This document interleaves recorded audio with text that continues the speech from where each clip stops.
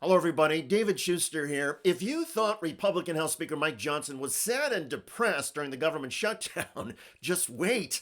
Johnson has now been humiliated in historic political fashion, and it came at the hands of the Republican leader in the Senate, John Thune. All of this was about the Epstein files. The yeas are 427, the nays are 1.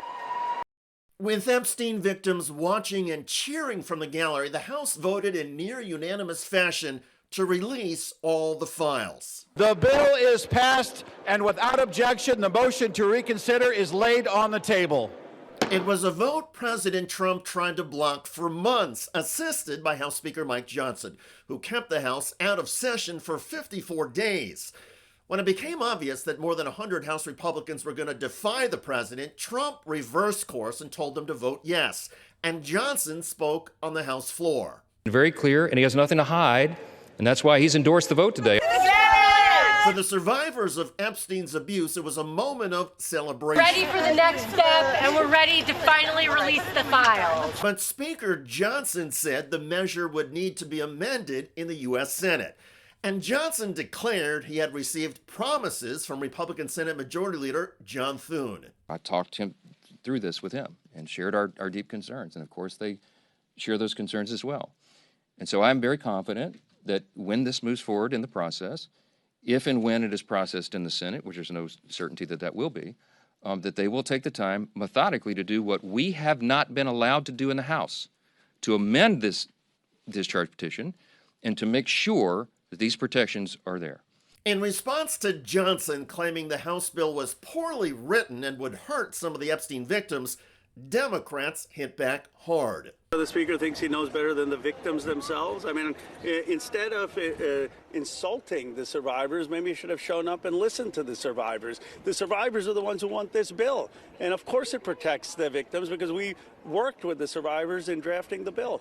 And despite Speaker Johnson's claim that Senate Republicans would amend the bill, Senate Republican leader John Thune soon delivered a comment to reporters undercutting Johnson. Quote, "I think when a bill comes out of the House 427 to 1 and the president said he was going to sign it, I'm not sure that amending it is in the cards." Moments later on the Senate floor, as Democratic Senate Minority Leader Chuck Schumer was preparing to speak, one of Thune's Republican colleagues, Markwayne Mullin of Oklahoma, walked into the chamber and shook Schumer's hands, telling him that no Senate Republicans would object to the immediate passage of the House bill as is. Schumer then made a motion to pass the Epstein bill without a recorded vote through what is known as unanimous Senate consent. I ask unanimous consent that when the Senate receives H.R. 4405, the Epstein Files Transparency Act from the House, the Senate proceed to its immediate consideration. The bill be considered read 3 times and passed with no intervening action or debate, and the motion to reconsider be considered made and laid upon the table. Is there an objection? Without objection, so ordered. The Senate has now passed the Epstein bill as soon as it comes over from the House. At a vigil, Epstein survivors soon heard the Senate news. The Senate has passed the bill. House Speaker Johnson, as he left the Capitol for a state dinner, seemed shocked and embarrassed. Any reaction to Leader Thune, you seeing the bill without adding amendments or changing it? I am deeply disappointed in this outcome. I think I've been at the state dinner. I don't know. I was just told that Chuck Schumer rushed it to the floor and put it out there preemptively. It needed amendments. I just spoke to the president about that. We'll see what happens. So do you think he may veto it? You say you spoke to the president? I'm not saying that. Is he supportive of it in its current form? We both have concerns about it, so we'll see. I was standing there with the Crown Prince. We couldn't talk. Johnson then went to the Trump state dinner after having been rolled and thrown under the bus, so to speak, by Senate Republicans. That kind of insult of one congressional leader by another of the same party rarely happens in Washington, D.C. And by most accounts, it has never played out as publicly as this did. Some Republicans believe that Speaker Johnson is now so damaged and weakened politically that he may soon face a serious challenge to his speaker's gavel. In the meantime, the big question hanging over Congress is, will President Trump follow through and have the Department of Justice and FBI release all the Epstein files? This is not a subpoena. This is a law. And so you are confident that these documents will ultimately come out, even if the president tries to fight this? Yes, I'm confident. And that we sort of, we know when they're out because we know what some of these lists, who some of the men are. I don't have the names in my head right now. The ultimate thing that we could do is read the names on the floor of the House, and that could happen. But what needs to happen is the FBI needs to release these names.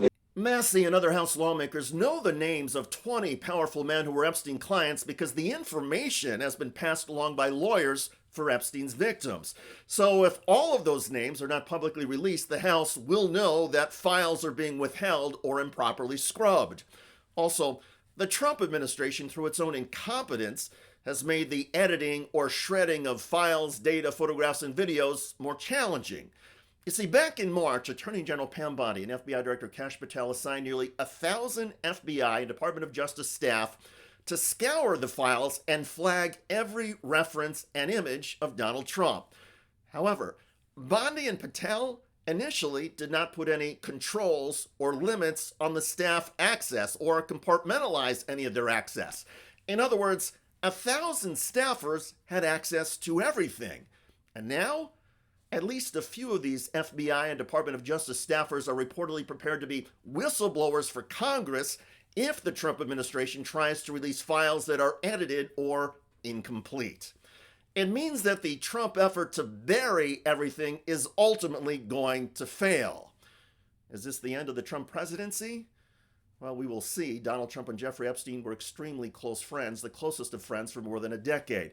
And by some accounts, the public is going to be shocked about what emerges in the files about Donald Trump. Though for now, the shock in Washington is of a political nature and revolves around House Speaker Mike Johnson. Johnson's political standing and reputation have been shredded. He tried to do Donald Trump's bidding and got repudiated by his own party in historic fashion.